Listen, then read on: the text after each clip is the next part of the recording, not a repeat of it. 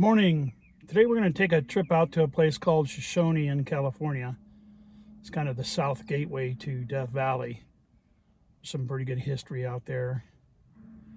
It was established formally as a city in 1910.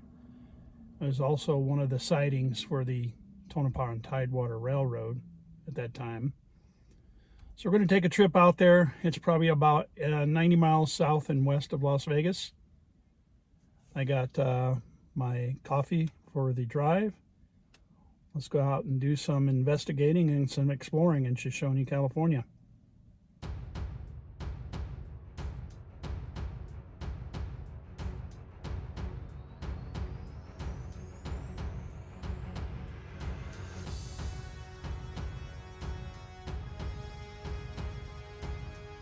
As I'm driving towards Death Valley, I'm always looking for some new and interesting things to do research about. And as it turns out, I've been through Shoshone, California a number of times over the years, but never really paid attention to its history. And as it turns out, it's got a rich and storied history that I'm going to share with you today. It is said that Native Americans populated the area for at least 10,000 years. The Southern Paiute inhabited the Shoshone Tecopa area when the first white man arrived, which is in the 1840s. It included John C. Fremont and Kit Carson, to name a few. There was a lot of mining activity in the 1870s and 1880s in and around Shoshone, in particular near Resting Springs and Tecopa, only a few miles to the south. Silver and lead mining saw a resurgence in 1907 when the Tonopah and Tidewater Railroad laid its tracks past Shoshone. Freighter and mercantile store operator Ralph Fairbanks, whom later became known as Dad Fairbanks, founded the town of Shoshone in 1910. Dad Fairbanks arrived in this area originally in an old copper mining town called Greenwater, which only lasted for a very short period of time. He was known to the Indians as Long Man, and to the whites for his ability to make money in any venture. In Greenwater, he made his money by hauling water 40 miles uphill from Furnace Creek Wash. Fairbanks soon made enough money to acquire a hotel, store, and a bar in Greenwater, which became a popular rendezvous. Of the thousands who flocked into Greenwater, only he and Charles Brown were to remain in Death Valley country and wrest fortunes from America's most desolate region. The story of Charles Brown and the Shoshone store begins at Greenwater as well. There were no law enforcement officers in Greenwater. The jail was 150 miles away, and every day was field day for the tough guys. The better citizens decided to finally do something about it. They petitioned George Naylor, Inyo County Sheriff at Independence, to appoint or send a deputy to keep some semblance of order. Naylor sent a badge over, and with it a note. Pin it on some husky youngster, unmarried and unafraid, and tell him to shoot first. The citizens of Greenwater met, and one of them spoke up and says, "I know a fellow who answers that description. He's a steady sort, built like a panther, came from Georgia. Kind of slow motion until he's ready for spring." The badge was pinned on Charles Brown. The mining operations in the town of Greenwater were labeled as a spectacular failure. The whole area only lasted about 2 years. Dad Fairbanks and his family, along with Charles Brown, were literally the last people to leave Greenwater. Based upon speculation for need of a boarding house and some restaurants by miners in the area, they packed up and everybody moved over to Shoshone. They also dismantled some of the abandoned buildings over in Greenwater and relocated them to Shoshone. Dad Fairbanks, his son-in-law and soon-to-be California State Senator, Charles Brown, helped Shoshone grow as the town supported prospectors, miners, and tourists.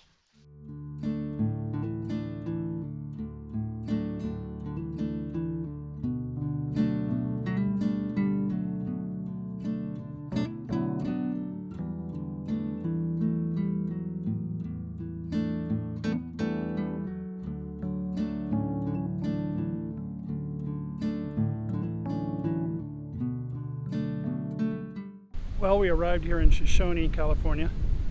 I just wanted to show you the building behind me here. It's actually had 3 different lives.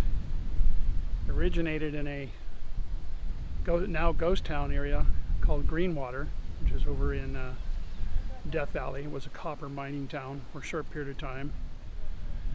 Then the building got dismantled and moved over to a siding along the Tonopah and Tidewater Railroad at Zabriskie, just south of Shoshone, and then got moved over here to Shoshone and served as a fueling station until 1948, and now as serves as the museum.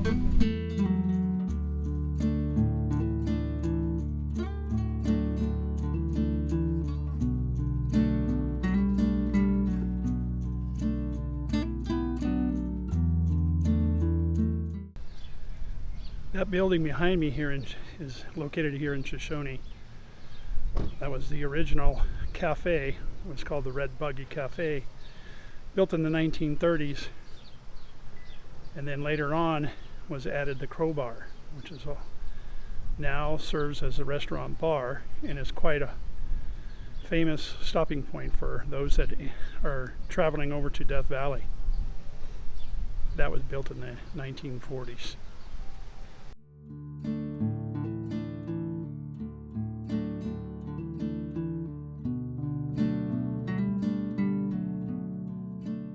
This is an adobe building that was originally constructed in 1925 as a restaurant. It now serves as a ranger and sheriff station and is active today. This building is referred to as the Flower Building. Its story begins in the middle of 1930s. It started out as a concrete slab period, and it was used for dances and other events such as rollerblading at that time. In the late 1930s, the Tecopa Shoshone Women's Improvement Association raised funds for the construction of a building on the concrete slab. In the late 1940s, it was used as a schoolhouse for grades 1 through 12. Today, it is used periodically for social gatherings. The building on the far right was a section house for the Tonopah and Tidewater Railroad. It was moved from the siding location called Evelyn, just north of Shoshone. It was moved in 1942.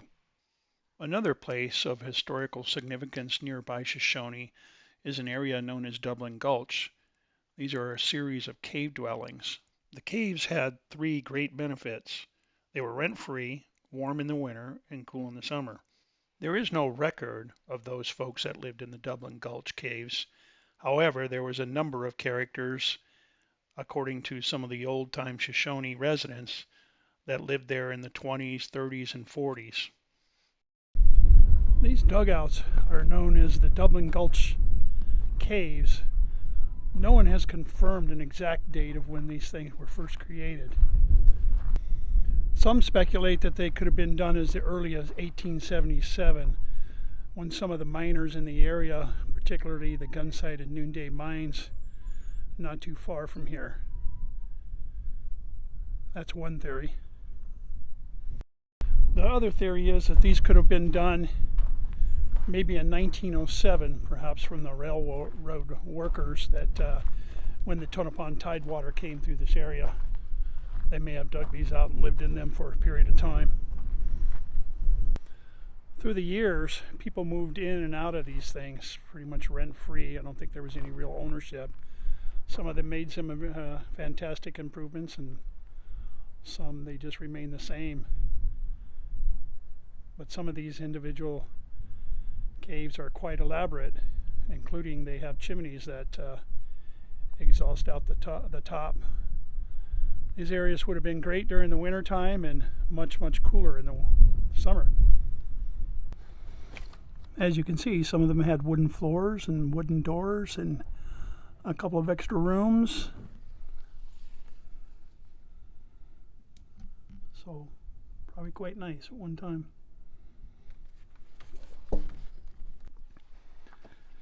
Here's one that's open, a little bit more elaborate than others.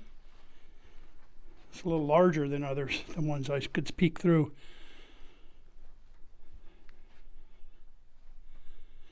You can see that looks like a little chimney flue right there.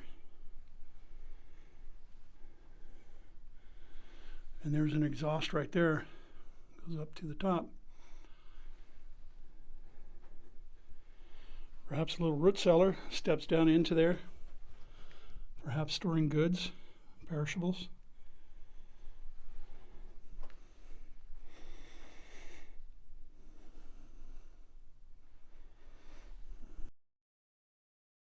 This particular cave seems to be quite a distance from the others. The others are down in that direction. You can see the outhouse there. And there are several of them beyond that point in the cliffs.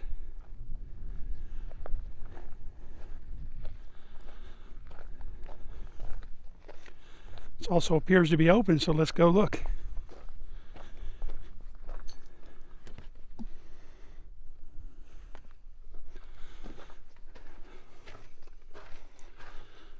Yeah, it's rather large in here too.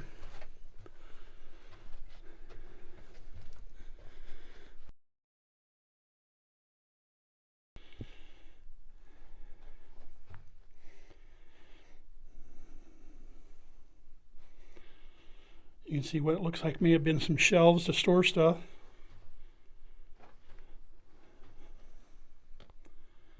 This cave, or these two caves, were occupied by Henry Ashford and his brother. They're the opposite side of the main caves that you saw earlier. I decided to walk around town and take some photos of then and now. This is a photo of the Shoshone Standard Oil Plant, built in 1943. The plant provided petroleum products to gas stations in Furnace Creek, Shoshone, and Tecopa, and distributed products to mines and Pahrump farms. It operated from 1943 until 1970.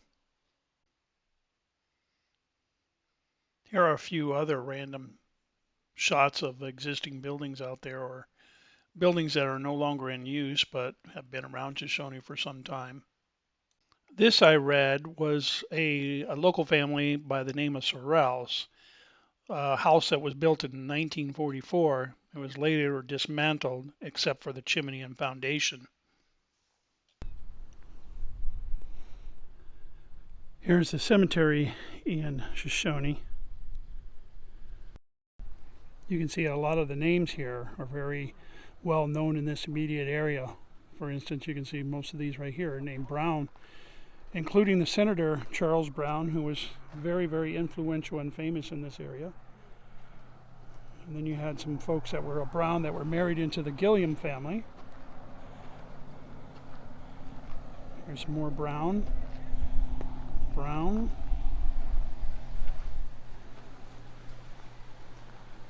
Edward Main.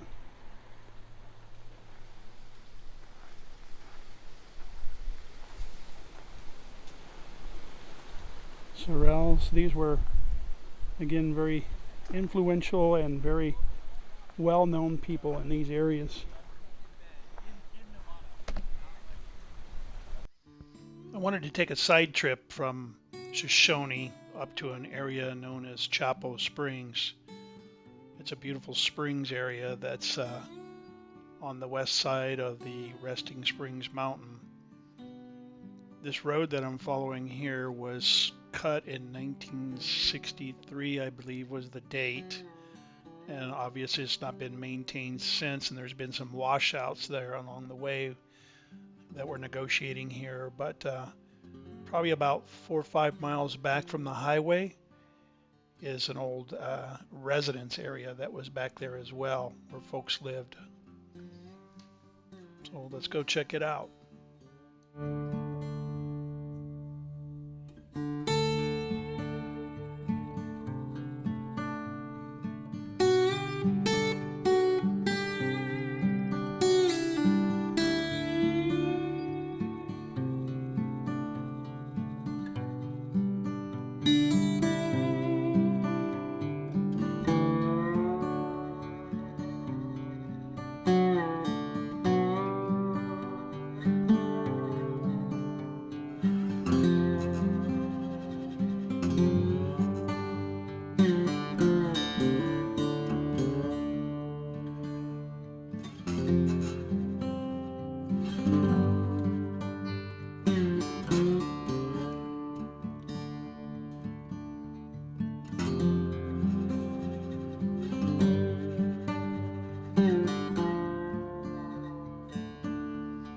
As I'm driving along in this beautiful desert, I just get such a thrill out of looking at the beauty that the desert has to offer. The crazy shapes of the mountains and the rocks and the vegetation even, or lack thereof. I get to drive along in a nice air-conditioned vehicle listening to music. Those folks back in the day used to have to travel these rough roads, and their vehicles that they had at the time were not nearly as luxurious as the ones we have today. Most of them no air conditioning, especially during the hot summer months. But the desert has a beauty that is unlike any other place.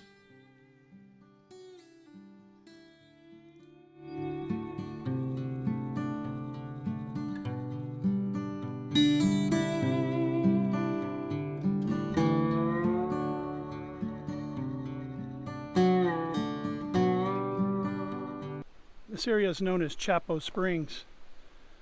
As I understand, it was owned and was a residence of several people, most recently in the 1960s, as I understand, and then it's been abandoned since that time. Nobody lives here at the moment, but you can see there's still a lot left over from the way of buildings and whatnot.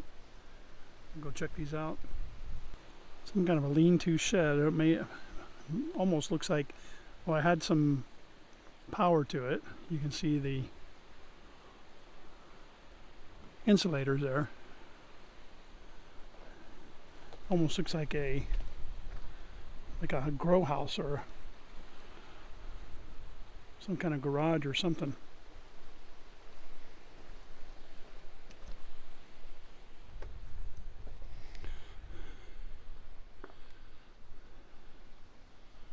An old chair.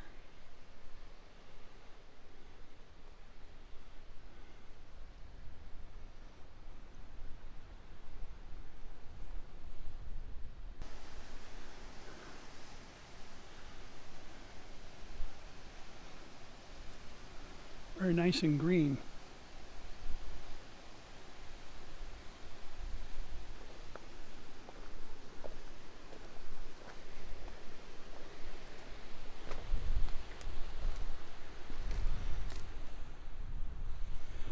Looks like there was some old carpeting here.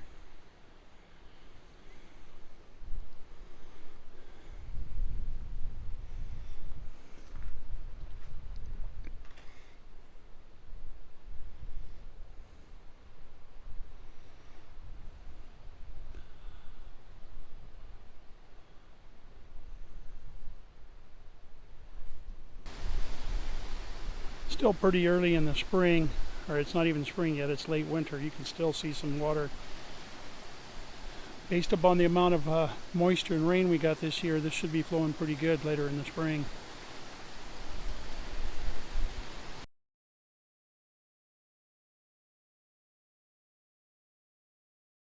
Not sure what this building would have been. Perhaps it was a chicken coop.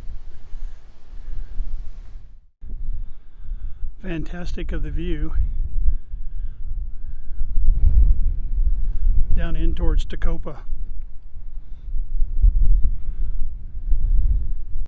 Well, this concludes my trip to Shoshone and surrounding areas. Thanks for watching. Hey guys, thanks for joining me on that trip. I thoroughly enjoyed it over to Shoshone, California. As I had stated earlier in that video, that I had been through Shoshone many times over the years and never really paid too much attention to its history, but it has a great history, and I enjoyed the research and also the side trips. Make sure that you guys go take a look at some of those side trips. Side trips included the Dublin Gulch and the Chapo Springs. That was quite an amazing trip there in itself. Beautiful areas. As always, that whole area near Death Valley is absolutely gorgeous and beautiful, and it was in the middle of winter and it was still very nice. Thanks for watching, and I hope you guys get a chance to get out and do some exploration yourself.